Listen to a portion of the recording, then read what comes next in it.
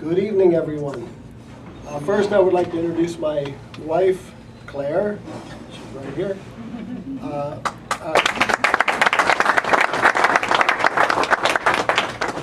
Two of our sons came and played golf today, Ken and Greg.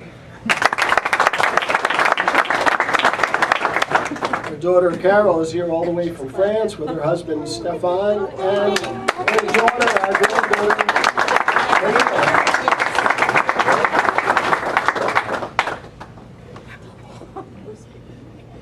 I appreciate my family's support and love, and I believe that their participation in the ALS situation is much more difficult than mine.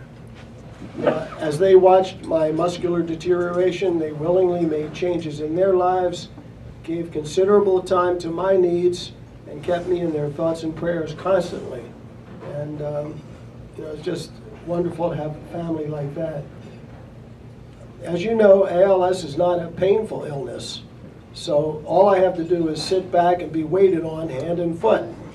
Of course, I would much prefer to be the caregiver than the receiver, but that's the way it goes sometimes.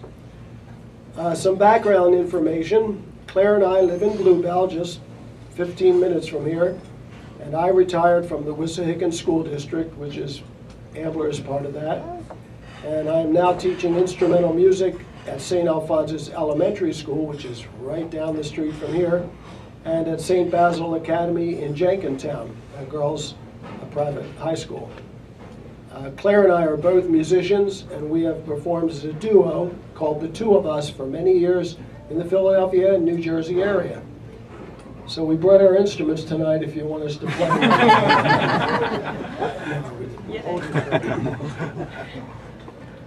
My ALS story began when I was diagnosed exactly 3 years ago by Dr. Leo McCluskey at the Penn Clinic in Philadelphia.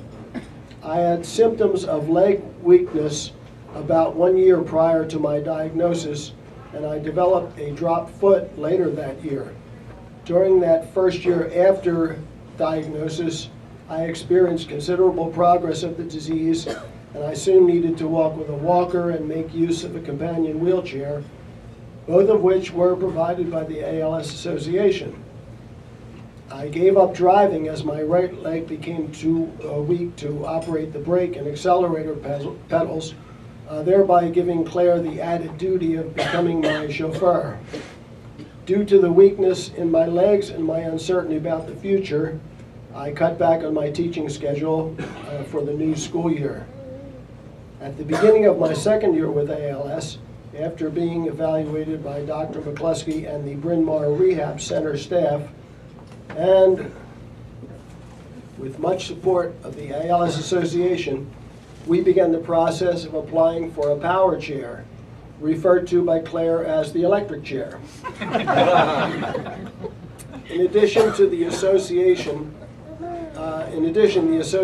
arranged for us to have a stair chair lift installed in our home, allowing me to have access to the different levels. One morning at St. Basil Academy, I learned from a fellow teacher whose husband drives a hand-controlled van that it is possible to drive safely using hand controls. As soon as I could, I enrolled in driver ed training at Bryn Mawr Rehab, and we purchased a used but very nice converted van. Pardon me. I passed the hand-controlled driver test and fired my chauffeur, leaving her, thereby relieving her of the responsibility of driving me everywhere I needed to go. At the same time, we made some handicap accessible renovations in our home. And the boys that are here, my sons, had a lot to do with that. They're pretty good at working with construction, and it's not their job, but they learned to do that when they were younger, and they enjoy doing it. And they actually rebuilt a whole bathroom for me.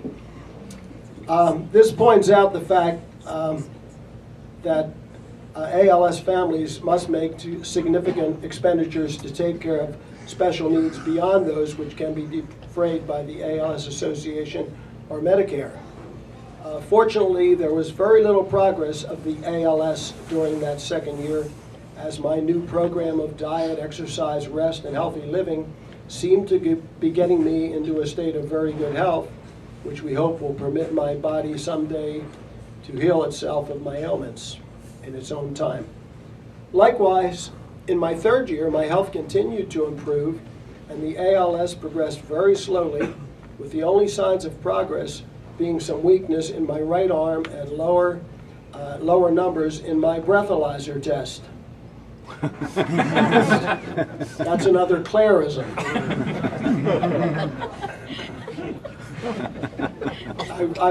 I did stop drinking too, so my breathalyzer would have been lower. At the end of year 3, this all came about just recently, and we have arrived here today now. Throughout this journey, we have been supported by the ALS Association and Clinic at every bend in the road. Not only did they help with equipment such as the chairlift, power chair, a Hoyer lift for transfers, etc., but they also provided numerous services. A very recent example of these services were the visits by a physical therapist and an occupational therapist just last week to address my new weaknesses, with instructions on how to use the Hoyer lift and advice in several other areas. All of the ALS Association support over the years was given with exceptional sensitivity and professionalism. Every one of my many concerns was addressed promptly and thoroughly. I felt as though I had my own personal staff waiting to take care of me and my every need. The ALS Association even invited me, along with about a dozen other pals, to attend the 2011 Phillies ALS night at Citizens Bank Park. We all had a great time meeting the players, their wives, the administration of the Phillies, and even the fanatic. When the students at St. Basil Academy, where I mentioned I also teach, great school with wonderful young ladies attending there, they were planning to have an ALS Awareness Day for me in April of 2011. They called the ALS Association, and they received a lot of advice on how to run the event, and the event turned out to be a great success. The girls had red t-shirts, screen printed, and everyone bought one, wore it to the events of the day, and from the proceeds they sent a donation to the ALS Association.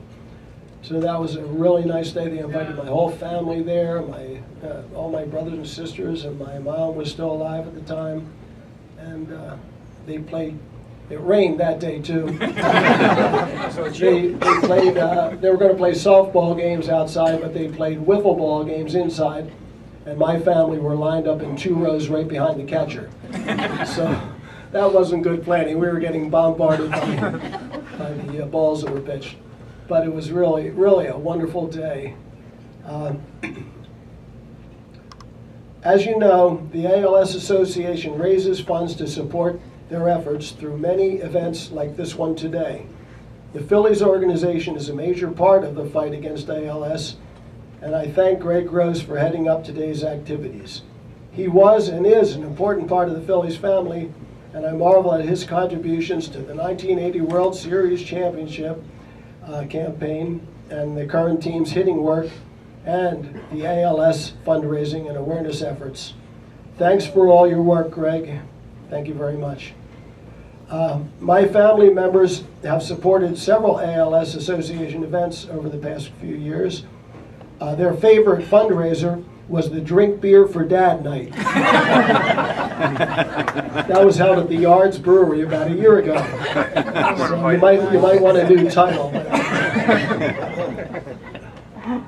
They really got into that one, and they stayed till the very end. So thank you. Ken was excellent that night. Way to go, Ken.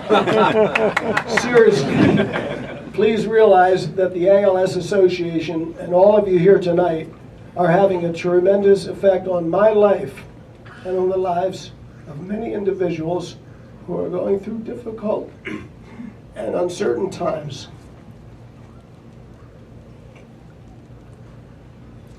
On behalf of all the pals in this region, I thank you all very much for your help. Please keep us in your prayers.